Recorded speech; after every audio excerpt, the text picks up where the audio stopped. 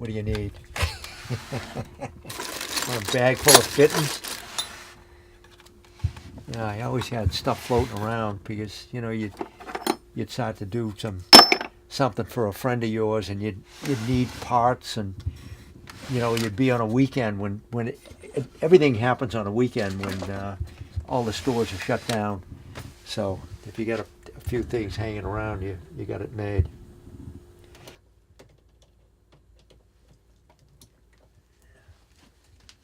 That'll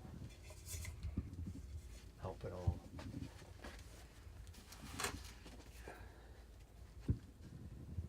But this is the older style. Bill Klingbeil, he's down in Jamaica, Long Island, and you would make reservations, and he would set aside a time, and a couple of us would go down and make the trip down to New York, and he would custom fit, measure our feet, and then make this custom boot, and it's made to your foot. And at that particular time, back in the 60s and 70s and 80s, this was the state of the art. And then before the fiberglass boots that they use today. Hi, ladies and gentlemen, I'm Dick Ring, and by vocation, I'm a pipe fitter.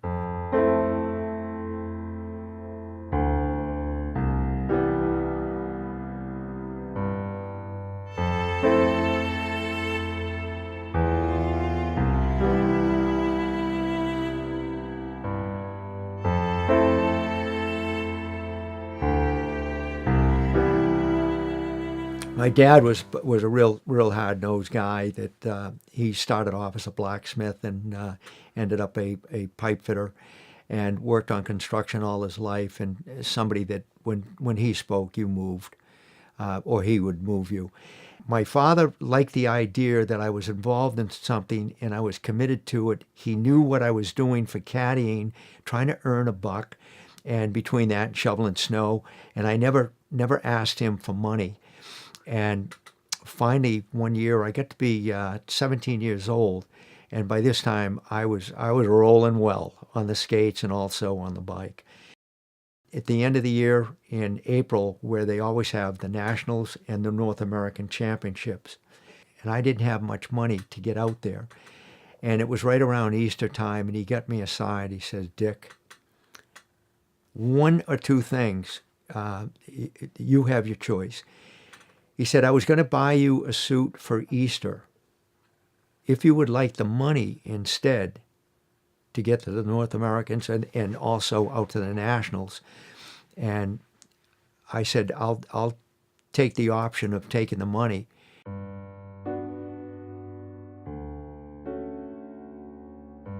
The first night, I ended up tying for the meet. We had a race on Saturday, a half mile. I won the half mile.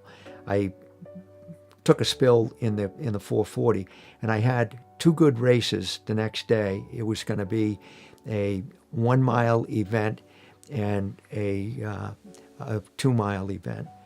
And I set the mile record. I set it twice. I set it in the semifinals and came back and set it again in the finals. And that gave me points that I had a good shot if I did well in the 2 mile. And when the smoke cleared, I had enough points to win the overall for the national championships. And it was a terrific experience and one that I'll never forget. When I got home, I gave my father the trophy, and he said, no. He said, you know, this is yours. He said, you earned it. I said, well, without you, I probably would have never been able to make it out there.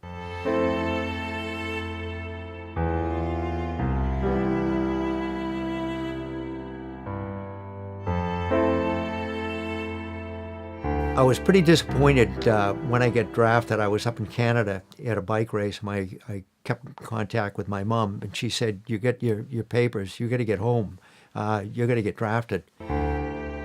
My brother had spent time in Germany. He thought that was absolutely terrific. So I was in hopes that I might get to Europe, do a little speed skate, a little bit of bike race, and that'd be absolutely terrific. And my name was called Richard Ring, Korea. I says, oh, no. Oh, my goodness gracious me. pretty hard to bike race and skate over rice paddies. I said, this is going to be a tough go. So, make a long story short, over a period of Christmas, we were on a transport ship heading to Korea. This Captain Crapo was our company commander, and he was from Worcester, Massachusetts. And he called me down from the communications center down to headquarters, and he said, who do you know? I said, I'm not catching the drift here. He said, sit down. He said, read these orders. And the orders were there that Richard Ring will be transported to Japan, from Japan to California.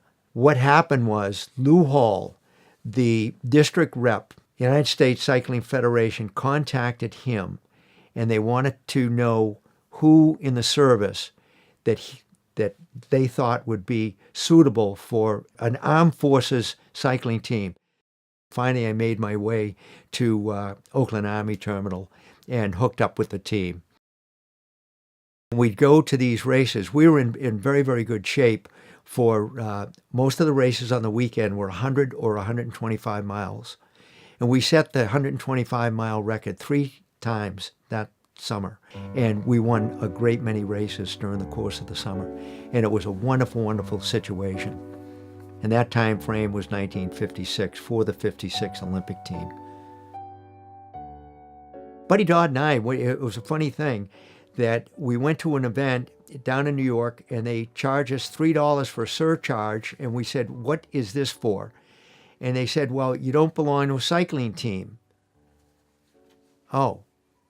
So when we get home, Buddy Dodd and I, we said, we are going to have a cycling team by next weekend. And we had a friend of ours that was a lawyer. And we talked to him because he rode.